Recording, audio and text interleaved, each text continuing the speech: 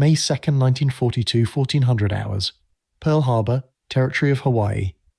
Lieutenant Commander Joseph Rochefort sat hunched over his desk in the basement of the 14th Naval District Administration Building, staring at intercepts that made no sense.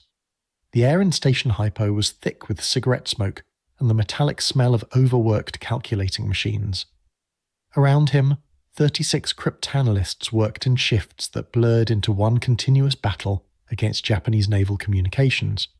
They had been tracking a massive buildup of enemy forces for weeks, but one critical piece remained maddeningly elusive. The Japanese kept referring to target AF in their encrypted messages. AF was clearly important, possibly the objective of Japan's next major operation, but where was AF? Rochefort rubbed his eyes, read from weeks of 4-hour sleep cycles, and looked again at the intercepts. The Japanese Navy believed their JN-25 code was unbreakable. They had built an encryption system so complex, involving 45,000 5-digit code groups, each representing words or phrases, with an additional layer of cipher additives that changed regularly, that their own naval officers struggled to encrypt and decrypt messages quickly. The Imperial Japanese Navy had absolute faith that American cryptanalysts could never penetrate such complexity. They were catastrophically wrong. What the Japanese didn't know was that Station HYPO, working with Station CAST in the Philippines before its evacuation and OP-20G in Washington, had been attacking JN-25 since before Pearl Harbor. The work was agonizingly slow. Even by May 1942 they could read perhaps 10 to 15% of intercepted messages, sometimes less. But that 10%, combined with traffic analysis showing who was talking to whom and how often, was enough to reveal patterns, enough to know that something enormous was being planned, enough to identify that AF was the target, but not enough to know what AF meant. The consequences of getting it wrong were existential. The United States Navy had exactly 3 operational aircraft carriers in the Pacific: Enterprise, Hornet, and Yorktown, the latter badly damaged at Coral Sea and limping back to Pearl Harbor. The Japanese had at least 6 fleet carriers, possibly more. If American forces deployed to defend the wrong location, the Japanese would achieve their objective unopposed, and the Pacific Fleet would be powerless to stop them. Admiral Chester Nimitz, Commander-in-Chief Pacific Fleet, needed certainty. Rochefort needed to give him that certainty, and he had an idea that was either brilliant or insane. The story of how American codebreakers confirmed that AF meant Midway, and in doing so enabled the most decisive naval victory in American history, reveals a truth about modern warfare that Japan's military leadership never understood. In the new age of signals intelligence, the side that could read enemy communications possessed an advantage more valuable than ships or aircraft. The ability to know the enemy's plans before they executed them transformed warfare from a contest of strength into a contest of knowledge. Japan's absolute confidence in JN-25's security would prove more catastrophic than any tactical defeat. Understanding how Rochefort and his team broke JN-25 requires understanding the cipher itself. The Japanese Navy had implemented JN-25 in June 1939, replacing earlier codes that Japanese cryptographers believed might be vulnerable. The system was ingeniously complex. First, messages were encoded using a codebook containing 45,000 5-digit groups. Each group represented a word, phrase, or letter. A simple message like, "Attack Pearl Harbor December 7th," might become something like 1284 7389 0 144 5 2309 8123 3421 after initial encoding. But the Japanese didn't stop there. They added a second layer called additives. Another book contained pages of random 5-digit numbers. The encoder would select a starting point in the additive book, announced in the message header, then add those random numbers to the encoded message digits without carrying. If the additive number was 58392 and the code group was 12847, the result transmitted would be 60139. The recipient, knowing the starting point in the additive book, could subtract the additives to reveal the code groups, then look up the code groups in the codebook to read the message. The system seemed unbreakable. Without both books, an interceptor possessed meaningless numbers. Even captured code books would be useless without the additive books. Even both books would be useless without knowing the starting point for additives in each message. The Japanese Navy transmitted millions of 5-digit groups monthly, convinced that American cryptanalysts saw only random noise. They were partially right.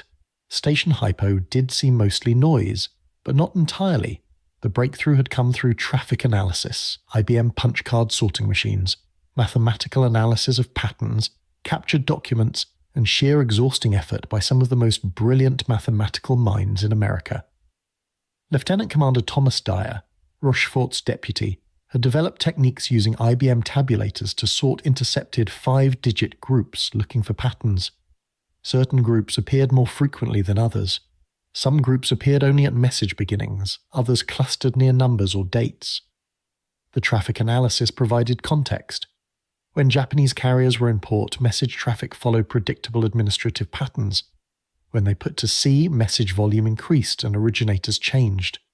By tracking call signs, even encrypted, Station HYPO built organizational charts of Japanese naval units showing command relationships. When call signs changed, as they did monthly, traffic analysis could often identify which new call sign belonged to which ship by analyzing communications patterns. Captured codebooks from Japanese vessels sunk in early engagements provided Rosetta Stones. An additive book captured from a Japanese submarine gave insights into how additives were structured. Australian coast watchers provided geographic information that helped identify location references.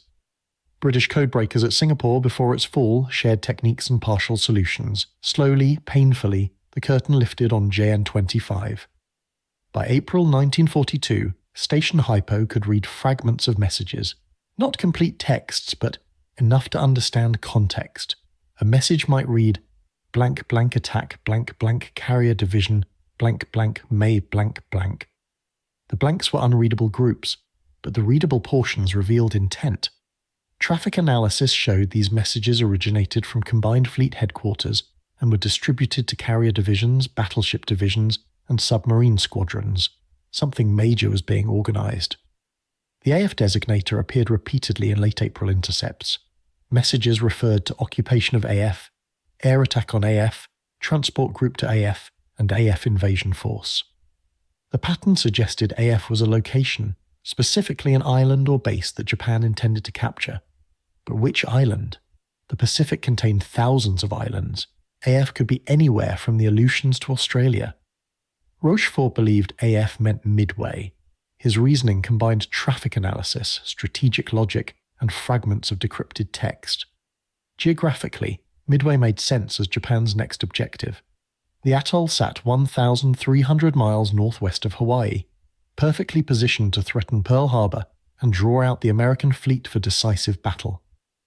Messages mentioning AF also referenced seaplane reconnaissance, suggesting a location with a lagoon suitable for seaplane operations. Midway had such a lagoon. Intercepts mentioned airbase facilities at AF, and Midway had an airfield. But Washington wasn't convinced.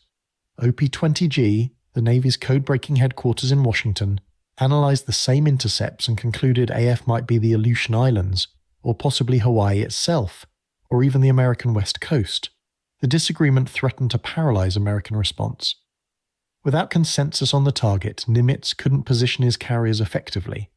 The Japanese fleet could achieve surprise despite American intelligence success. Rochefort needed proof. He devised a scheme both simple and audacious. If AF was Midway, and if Station HYPO could trick the Japanese into confirming that fact in a message, then Washington would have to accept the identification. The plan required cooperation from Midway's garrison, radio deception, and faith that Japanese operators would take the bait.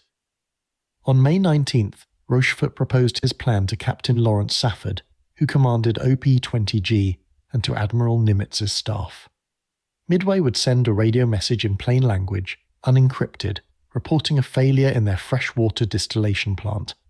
The message would claim that Midway was running short of fresh water and needed emergency supplies. Japanese listening posts monitored American communications constantly, and Rochefort gambled they would intercept and report this apparent intelligence to their own command. If AF was Midway, then Japanese messages discussing the water shortage at AF would confirm the identification. The plan had risks. If the Japanese suspected deception, they might change their codes immediately.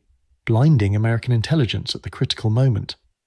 If they ignored the message, the ruse would fail without revealing whether the identification was correct. Worse, if AF was not Midway, then American forces were deployed to defend the wrong location, while the real target went undefended. Nimitz authorized the attempt anyway. The stakes were too high for caution. On May 20th, Midway transmitted their plain language message via undersea cable to Hawaii, which then broadcast it by radio as if originating from Midway. Midway reports freshwater distillation plant breakdown.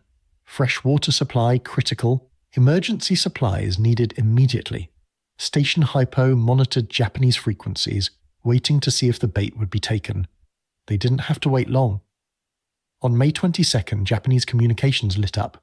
A message from Tokyo to Japanese naval units in the Marshall Islands, encrypted in JN-25, mentioned that AF is short of water. Station HYPO intercepted the message within hours. Rochefort's team attacked it with every resource available, and by evening they had decrypted enough to be certain. The Japanese had confirmed that AF meant Midway. The intercept was rushed to Nimitz's headquarters. The skeptics in Washington received copies via secure teletype. The evidence was irrefutable. Japan's absolute confidence in JN-25 security had led them to transmit tactical intelligence about their upcoming operations target without suspecting that American cryptanalysts could read it. The deception had worked perfectly because Japanese cryptographers believed deception was impossible. With AF confirmed as Midway, Rochefort and his team intensified their assault on JN-25. Working 20-hour days, fueled by coffee and adrenaline, they extracted every scrap of intelligence from the flood of Japanese traffic. The picture that emerged was terrifying. Admiral Isoroku Yamamoto, commander of the combined fleet, was committing virtually every major warship in the Imperial Japanese Navy to the operation. 4 fleet carriers, Akagi, Kaga, Soryu, and Hiryu, would strike Midway on June 4th. Supporting them would be battleships, cruisers, destroyers, and submarines. A separate invasion force with transports carrying 5,000 troops would follow the carrier strike to occupy the atoll. The intelligence was unprecedented in detail. Station HYPO identified participating ships by call signs and traffic patterns. They estimated the number of aircraft. They determined the chain of command, with Vice Admiral Chuichi Nagumo commanding the carrier striking force. They even identified the date of attack through references to end day and subsequent calculations based on ship movement rates and refueling schedules. The Japanese were planning the operation in what they believed was complete secrecy, unaware that their every communication was being read by the enemy. Nimitz now possessed something no admiral in history had ever had: complete foreknowledge of enemy plans. He knew where the Japanese would strike, when they would strike, with what forces and from which direction. The challenge shifted from intelligence to operations. How could 3 American carriers defeat 4 Japanese carriers, especially when the Japanese fleet included battleships and heavy cruisers that outgunned anything Nimitz commanded? The answer lay in surprise.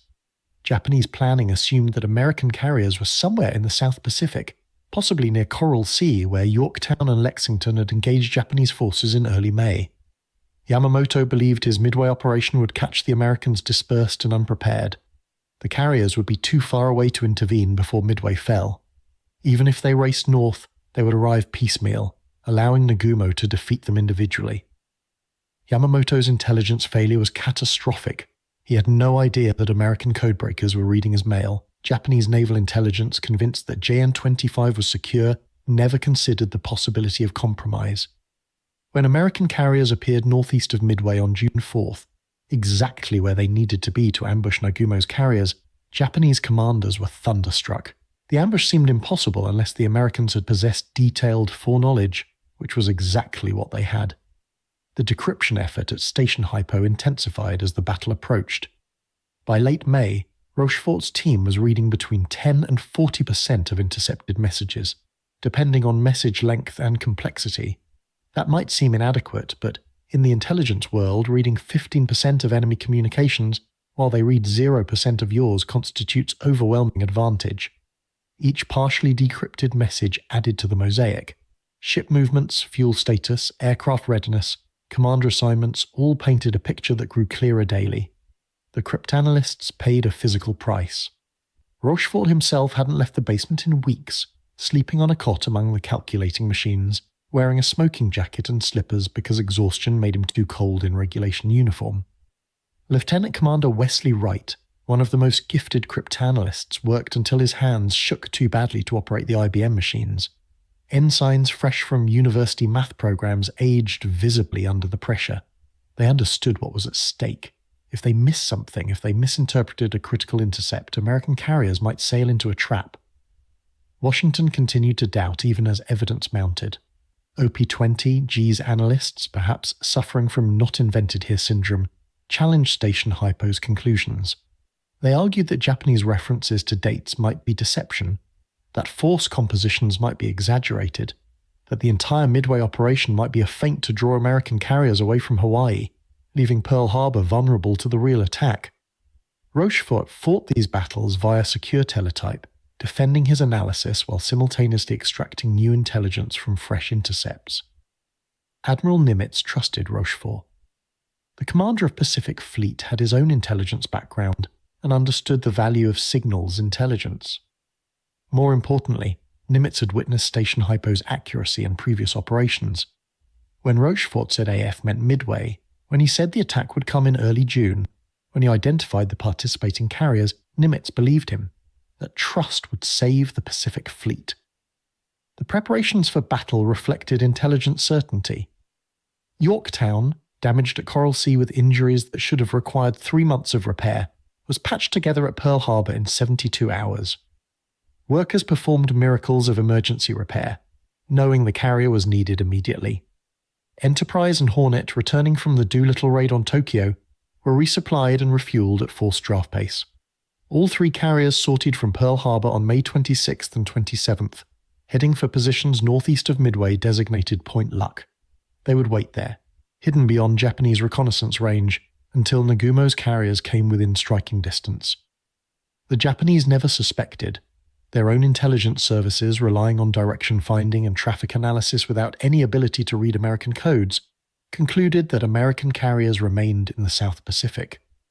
A submarine picket line deployed to detect any American carrier movement from Pearl Harbor arrived on station 2 days after the American carriers had already passed. The submarines saw nothing and reported nothing. Japanese planners congratulated themselves on achieving complete surprise. On Midway itself, the garrison prepared based on intelligence about when and how the attack would develop. Marines reinforced defensive positions. Additional aircraft flew in, including B-17 bombers and PBY Catalina patrol planes. The defenders knew the Japanese were coming and approximately when. This knowledge was itself a product of Station HYPO's codebreaking, knowledge that Japan's faith in JN-25 security had given their enemy. June 3rd brought the preliminary phase. Japanese flying boats attempted reconnaissance of Pearl Harbor to verify that American carriers remained in port, but poor weather aborted the mission. If they had completed the reconnaissance, they would have found Pearl Harbor's carrier berths empty, a discovery that might have caused Yamamoto to abort or delay the operation. Instead, the mission failure left Japanese intelligence blind.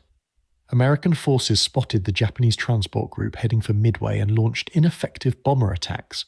The main carrier battle would come the next day, June 4th, 1942, 0430 hours. Vice Admiral Nagumo launched the first wave against Midway, 108 aircraft, bombers and fighters. He held back a second wave, armed with torpedoes and armor-piercing bombs, to attack any American ships that might appear.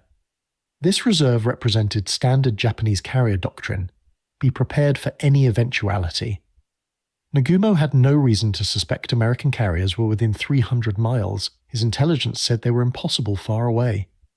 At 0520 hours, a PBY Catalina from Midway spotted Nagumo's carriers and radioed their position. At 0534 hours, another PBY spotted the incoming Japanese strike and radioed warning. These messages, transmitted in plain language because there was no time for encryption, alerted both Midway's defenders and the American carriers at Point Luck. Admiral Raymond Spruance, commanding Enterprise and Hornet, began launching his strike groups immediately. The intelligence picture that Rochefort had built now guided Spruance's hand. The Americans knew where Nagumo was. They knew his course and speed. They knew he had 4 carriers. They knew he would recover his Midway strike aircraft around 0900 hours, a period when his carriers would be vulnerable with flight decks cluttered by landing aircraft. Spruance calculated intercept courses and launch times that would position American dive bombers over the Japanese carriers at that critical moment. The mathematics of the attack were based entirely on intelligence provided by Station HYPO's Codebreaking. Nagumo remained ignorant. His strike against Midway encountered heavier resistance than expected, and his strike commander radioed that a second attack was necessary to suppress the island's defences. At 0715 hours, Nagumo made the fatal decision to rearm his reserve aircraft, switching from ship attack weapons to land attack bombs. Japanese carriers became scenes of organised chaos as crews struck torpedoes and armour-piercing bombs below to the magazines and brought up land attack ordnance. At 0728 hours, a Japanese scout plane finally reported sighting American ships. At 0820 hours, the scout corrected his report. The American force included a carrier. Nagumo faced a nightmare. His Midway strike was returning low on fuel, needing to land immediately. His reserve aircraft were armed with wrong weapons for attacking ships. American carrier aircraft were certainly launching at that moment. Nagumo ordered his aircraft rearmed again, back to torpedoes and armour-piercing bombs. The ordnance handlers worked frantically, but the process would take over an hour. Bombs and torpedoes lay scattered on hangar decks as Nagumo recovered his Midway strike. American torpedo bombers attacked first and were slaughtered. Torpedo Squadron 8 from Hornet pressed home attacks with obsolete TBD Devastator aircraft that were slow, poorly armed, and easy targets for Japanese fighters. All 15 aircraft were shot down. Torpedo Squadron 6 from Enterprise lost 10 of 14 aircraft. Torpedo Squadron 3 from Yorktown lost 10 of 12. Of 41 torpedo bombers that attacked, only 6 survived, and they scored no hits. The sacrifice seemed futile. But the torpedo attacks drew Japanese fighters down to sea level, leaving the high altitude undefended. At 10:20 hours, dive bombers from Enterprise found Nagumo's carriers with their decks crowded with armed and fueled aircraft, ammunition and fuel lines exposed, no fighter cover above, and crews exhausted from continuous operations. The dive bombers attacked from 14,000 feet. Bombs struck Akagi, Kaga, and Soryu within minutes. Secondary explosions from the ordnance scattered on hangar decks tore the carriers apart. Hiryu, operating separately, escaped immediate damage but would be found and sunk later that day. The Battle of Midway was effectively over in 5 minutes. 3 Japanese fleet carriers were burning wrecks. Hiryu launched a strike that crippled Yorktown before being destroyed herself. By evening June 4th, Japan had lost 4 carriers, their best pilots, and their aura of invincibility. The Japanese Navy would never recover. Yamamoto cancelled the Midway invasion and withdrew. The victory was built on intelligence. Without Station HYPO breaking JN-25, without the AF water deception confirming Midway as the target, without detailed intelligence on Japanese force composition and timing, the battle would never have happened. American carriers would have been elsewhere. Nagumo would have captured Midway unopposed. The Pacific Fleet would have faced the Japanese Navy without the advantage that made victory possible. The Japanese never understood how badly compromised their codes were. After Midway, some Japanese naval officers suspected that Americans might be reading their communications. The coincidence of American carriers appearing in perfect position seemed too precise for luck, but Japanese cryptographers investigated and concluded that JN-25 remained secure. The evidence that convinced them, their own analysis showing that the mathematical complexity of JN-25 made it theoretically unbreakable without the codebooks. They couldn't conceive that American cryptanalysts had achieved what Japanese believed impossible. Japan did modify JN-25 after Midway, introducing new additives and expanding the codebook, but they didn't change the fundamental system. Station HYPO, now joined by more resources as Washington finally acknowledged Pearl Harbor's intelligence supremacy, attacked the modified version with techniques refined during the Midway campaign. By August 1942, they were reading Japanese traffic again. For the rest of the war, American intelligence maintained access to Japanese naval communications. Japan's stubborn faith in their code security cost them every subsequent operation. The cryptanalysts who made Midway possible received little public recognition during the war. security demanded absolute silence about code-breaking successes. Rochefort and his team continued working in their basement, attacking Japanese codes, providing intelligence that guided American operations from Guadalcanal to the Philippine Sea to Leyte Gulf. Not until decades after the war could the story be told. Rochefort himself was treated shabbily by his superiors. Political infighting between Pearl Harbor and Washington led to his relief from Station HYPO in October 1942, despite having provided the intelligence that won America's greatest naval victory.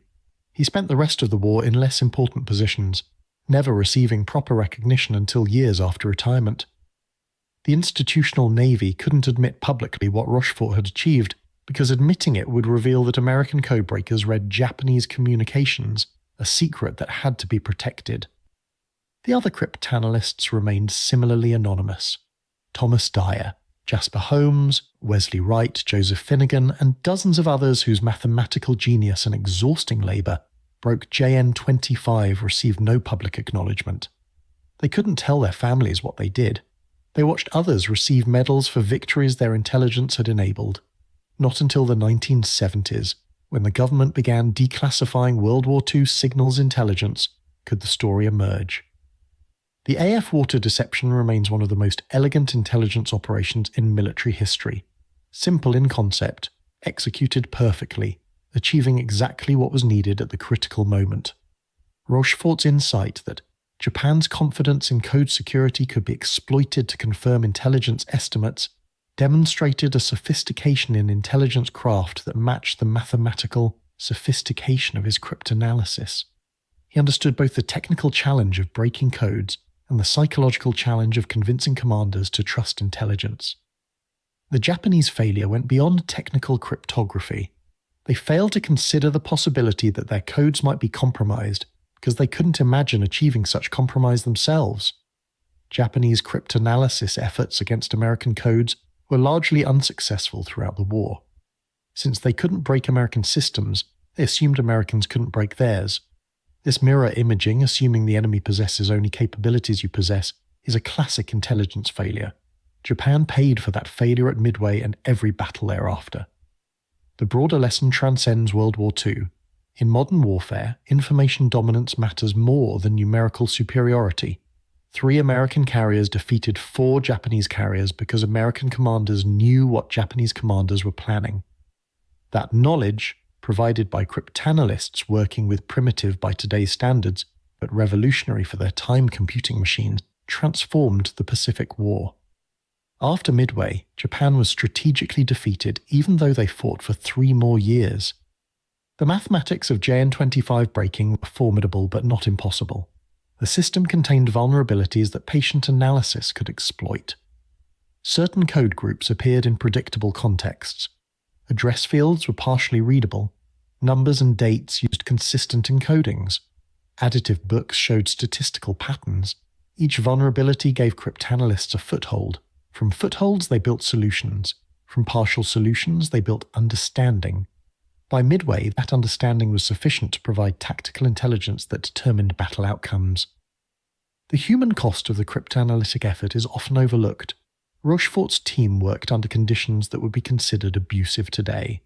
20-hour shifts, inadequate sleep, poor ventilation, high stress, all while knowing that errors could cost thousands of lives. Several cryptanalysts suffered nervous breakdowns. Others developed stress-related illnesses. They persevered because they understood their work mattered more than their comfort. The Battle of Midway validated their sacrifice. Admiral Nimitz understood what he owed the Codebreakers. In private communications after the battle, he credited Station HYPO's intelligence for the victory. He tried unsuccessfully to get Rochefort promoted and decorated. The bureaucratic resistance to recognizing intelligence contributions frustrated Nimitz, but security concerns overrode recognition. The Navy couldn't acknowledge code breaking without alerting enemies that their codes were compromised. Rochefort's reward was knowing he had helped win the war, even if publicly he received no credit. The aftermath of Midway saw Station HYPO evolve into larger organizations with more resources. What began with 36 cryptanalysts in a basement grew to hundreds of personnel with improved calculating machines and better organization. The techniques developed attacking JN-25 were applied to other Japanese codes and ciphers. By 1943, American intelligence was reading substantial portions of Japanese army codes, diplomatic codes, and merchant shipping codes. The intelligence picture became so complete that American submarines could be vectored to intercept specific Japanese convoys.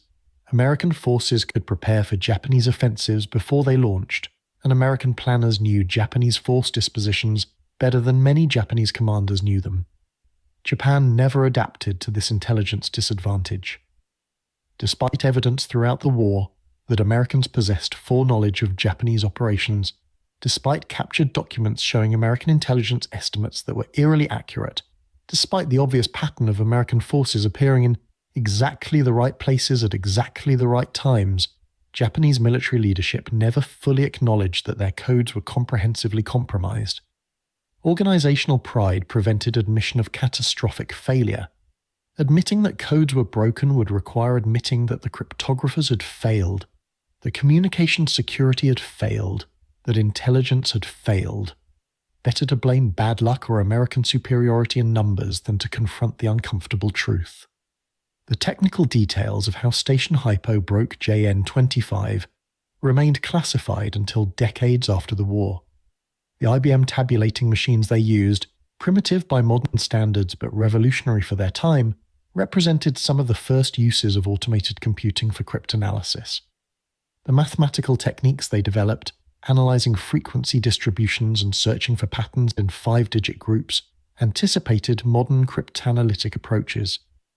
The organizational structure they created, with linguists working alongside mathematicians and naval officers, established templates for signals intelligence organizations that persist today. The cryptanalysts themselves came from diverse backgrounds. Some were mathematicians from universities, recruited for their analytical abilities. Some were Navy Japanese language officers who understood the cultural context behind messages.